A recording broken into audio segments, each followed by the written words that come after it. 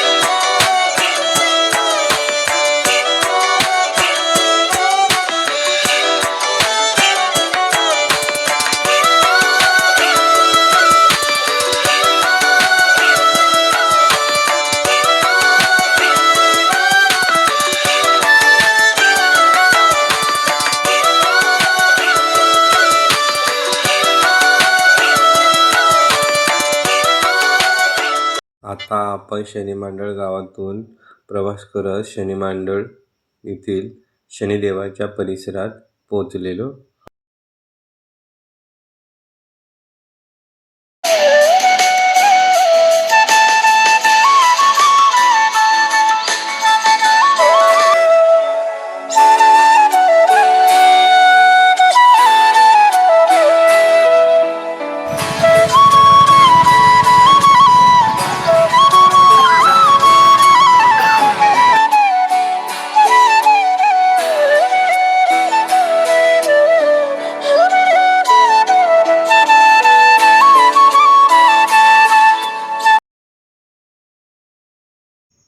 शनिदेवाची पूजा करण्यासाठी जे लागणारे साहित्य आहेत, जसे की तेल, नारळ, फुलहार, अगरबत्ती, प्रसाद या मंदिर परिसराच्या बाहेर लावलेल्या स्टॉलवरती उपलब्ध असतात. या ठिकाणी स्टॉल हे नेहमी लावलेले असतात. जर शनी अमावस्या राहिली तर इथं विक्रेत्यांचीही खूप गर्दी व भाविकांचीही सुद्धा दर्शन घेण्यासाठी खूप गर्दी असते. खूप मोठमोठ्या रांगा लावलेल्या असतात.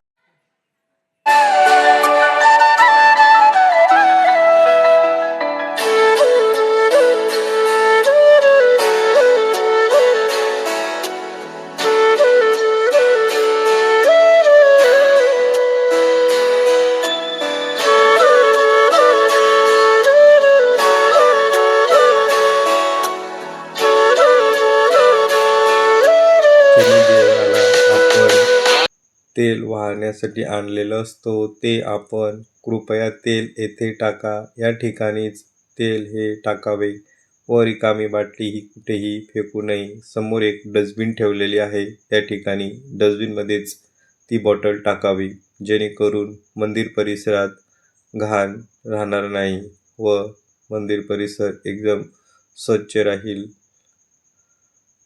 तसेच मंदिर परिसरामध्ये तसेच मंदिराच्या आतमध्ये भिंतीला व वरती इतकं सुंदर नक्षीकाम केलेलं आहे, तर ते नक्षीकाम बघतच राहावं असं वाटतं.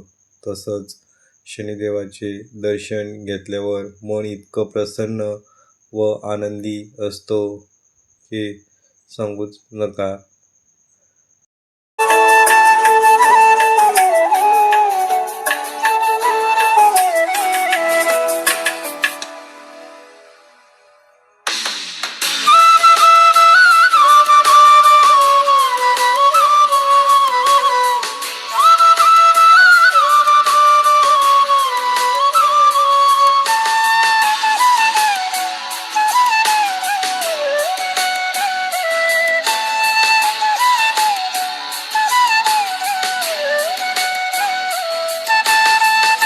शनिदेवाच्या मूर्तीच्या आजूबाजूला 2 गणपतीच्या सुबक अशा मूर्ती आहेत व तसेच बाजूला महादेवाची पिंड व नंदीबैल देखील आहे.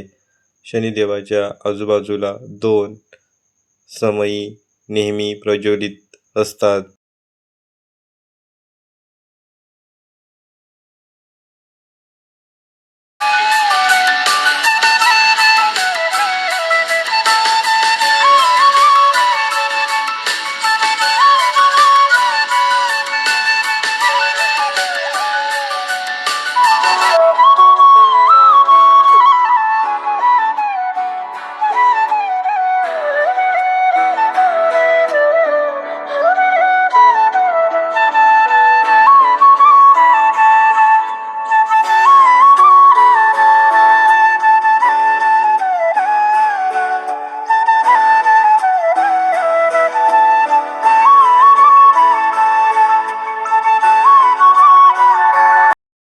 शनिदेवाच्या दर्शन घेतल्यानंतरच शनिदेवाच्या बाजूलाच महादेवाचं मंदिर आहे. बघा त्रिशूळ किती छान आणि मोठा आहे.